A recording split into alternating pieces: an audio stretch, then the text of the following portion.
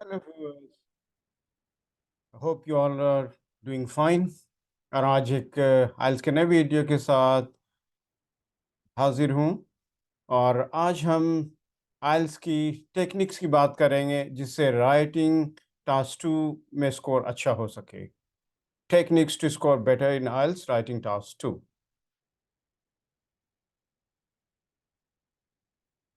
Coherence, आपको याद होगा मैंने एक वीडियो बनाया था कि एग्जामिनर्स क्या देखना चाहता है आपके राइटिंग के पेपर में। तो मैंने 4 चीज़ों की बात की थी, उसमें से एक चीज़ जो थी वो कोहेरेंस एंड कोहेजन। तो आज उसी कोहेरेंस पे बात करेंगे कि आपके राइटिंग में कोहेरेंस किस तरह से अच्छा हो सकता है। सेंटेंसेस मस्ट होल्ड टुगेदर, यानी आपके सेंटेंसेस एक दूसरे को होल्ड करें, एक दूसरे से लिंक्ड हो। हैव लॉजिकल प्रोग्रेशन, आपके सेंटेंसेस जो है एक सेंटेंस के बाद दूसरा सेंटेंस जो है लॉजिकली कनेक्टेड हो। One sentence follows another sentence in a logical order। जैसे कि आपने अ, ये बताया कि मैंने बिरयानी बनाया, तो सबसे पहले उनके लिए जो चीज़ों की ज़रूरत है वो इकट्ठा करना होगा। उसके बाद फिर आप कुकिंग के लिए शुरू करेंगे। तो यानी जो काम पहले करना है वो पहले बताएं, जो काम बाद में करना है वो बाद में बताएं। फ्लो स्मूथली, यानी एक चीज दूसरी के बाद इस तरह से आए जैसे कि एकदम नेचुरल फ्लो हो। ऐसा ना लगे कि बिल्कुल बीच में डिसजॉइंटेडनेस है या कोई चीज जंप हो रही है बीच में। अगर आसान अगर आसान जबान में कहें तो अ टेक्स्ट और piece of writing is easy to understand for reader. यानी कि आपने एक पैराग्राफ लिखा, वो कोई भी पढ़े तो उनको आसानी से समझ में आए। उनको ऐसा ना लगे कि पता नहीं क्या बात कह रहा है। Like, if a person reads, he should not be confused what you're talking about। तो एक पैराग्राफ पढ़ के वो चीज़ें आपने जो कही है वो आसानी से समझ जाए, उसी का नाम कोहेरेंस है। तो कोहेरेंस किस तरह से हम अपने राइटिंग में ला सकते हैं? द 4 वेज़, इसके 4 तरीके हैं, 4 नियम हैं। रिपीट की नाउन्स, जो नाउन्स है उसको रिपीट करना होगा। बी कंसिस्टेंट विद प्रोनाउंस, आपको एक ही प्रोनाउन को उस पूरे पैराग्राफ में देना होगा। Use transition signals to connect ideas, आपको ट्रांज़िशन सिग्नल्स यूज़ करना होगा सेंटेंसेस के हिसाब से। और फिर आपको सारे सेंटेंसेस को लॉजिकल ऑर्डर में करना होगा। आइए एक-एक पॉइंट को एग्ज़ाम्पल के साथ देखते हैं।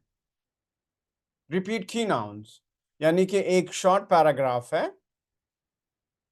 तो उसमें जो जैसे टॉपिक जो है फ़ियर है या हैप्पीनेस है, तो आपके एक पैराग्राफ में हैप्पीनेस एटलीस्ट 3, 4, 5 टाइम्स आए,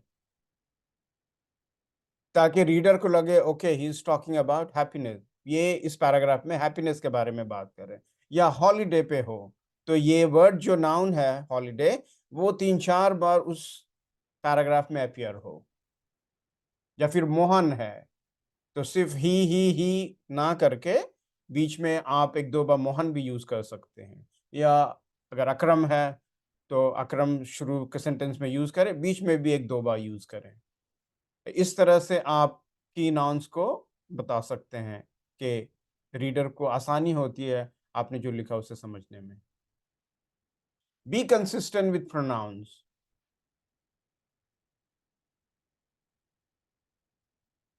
जैसा कि आपने अब्दुल्ला लिखा या मोहन लिखा, अब बाद में फिर ही आपने यूज़ किया, तो ऐसा ना हो कि फिर तीसरे सेंटेंस में आप दे कह रहे हैं और यू कह रहे हैं, क्योंकि प्रोनाउंस फिर डिफरेंट हो जा रहा है।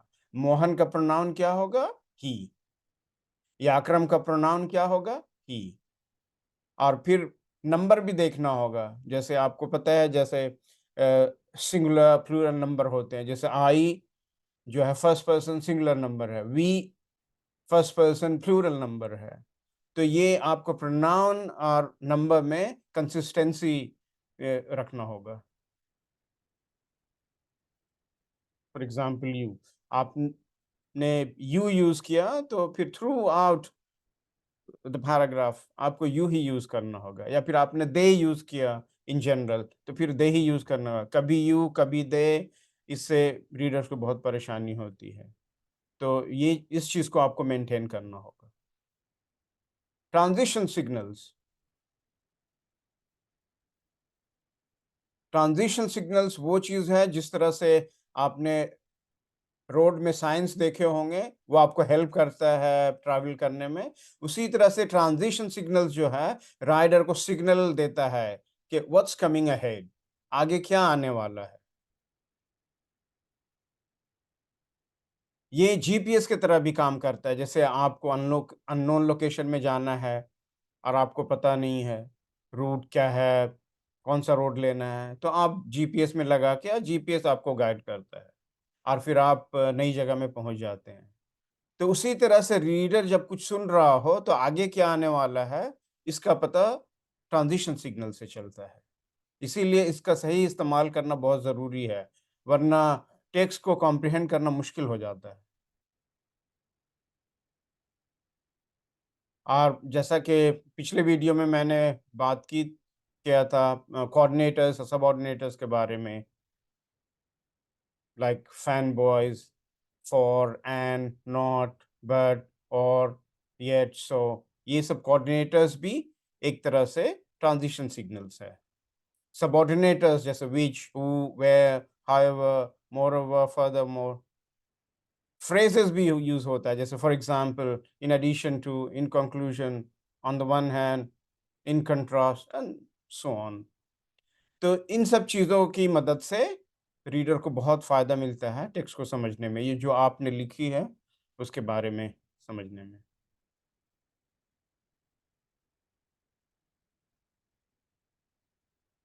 लास्ट पॉइंट जो है कि आपको आइडियाज़ को लॉजिकल ऑर्डर में रखना होगा।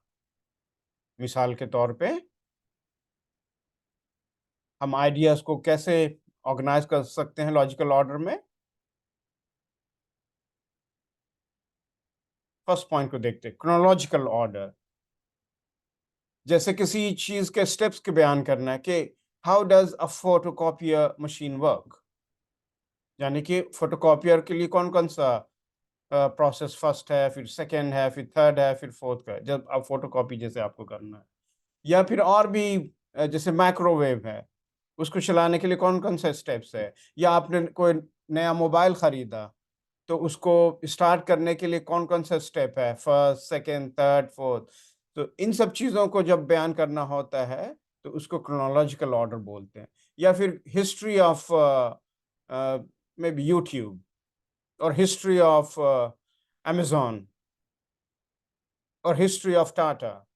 तो जब आप हिस्ट्री की बात करते हैं या कोई स्टेप्स की बात करते हैं या सीरीज़ ऑफ इवेंट्स की बात करते हैं, तो इसमें क्रोनोलॉजिकल ऑर्डर फ़ॉलो किया जाता है। यानी कि something that happens first should be written first, and then things that happen after the first action वो उसके बाद में आएगा। यानी कि जो चीज़ें पहले हुई है उसको पहले लिखना है, जो चीज़ें बाद में हुई है उसको बाद में लिखना है, एक ऑर्डर में। कंपैरिज़न एंड कंट्रास्ट, जैसे आपको ये है कि मेडिकल के पॉइंट ऑफ व्यू से बताऊँ, जैसे फ्लू एंड कोरोना वायरस में क्या-क्या सिमिलैरिटीज़ है, क्या डिफरेंसेस है? जैसा कि आपको पता है उसके सिम्पटम्स में बहुत सारी सिमिलैरिटीज़ है, ट्रीटमेंट में भी बहुत सारा सिमिलैरिटीज़ है। तो इस तरह की चीज़ों को आप ये है कि एक पैराग्राफ में सिमिलैरिटीज़ लिख सकते हैं, दूसरे पैरा में डिफरेंसेस लिख सकते हैं। या फिर आप कंपेयर कर रहे हैं electric car and normal car, तो उसकी सिमिलैरिटीज़ क्या है, डिफरेंसेस क्या है? तो एक पैराग्राफ में आपने इंट्रोडक्शन लिखा, दूसरे में सिमिलैरिटीज़ बिटवीन 2 कार्स, तीसरे में आपने डिफरेंसेस बिटवीन 2 कार्स और लास्ट में फिर आपको वो कंक्लूडिंग पैराग्राफ होगा, अगर एसेज है तो। दूसरा जो है आखिरी पॉइंट जो है लॉजिकल डिवीज़न ऑफ आइडियाज़। यानी कि अगर टाइप्स है या काइंड्स है, तो इसमें हम लॉजिकल डिवीजन ऑफ आइडिया में रखते हैं। जैसे किसी चीज़ के 4 काइंड हैं, ठीक है? आपने कैटेगराइज़ कर रखा है कि 4 टाइप्स ऑफ बुक्स।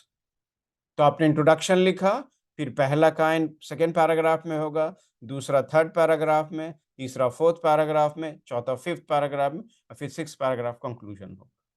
तो इस तरह से हम लॉजिकल ऑर्डर में चीज़ों को बयान कर सकते हैं। और इन सब चीज़ों को मिला कर के ही आप राइटिंग में कोहेरेंस अचीव कर सकते हैं। एंड आइल्स में बहुत ही इम्पोर्टेंट है, if you have written something but it's not coherent, you will be marked down.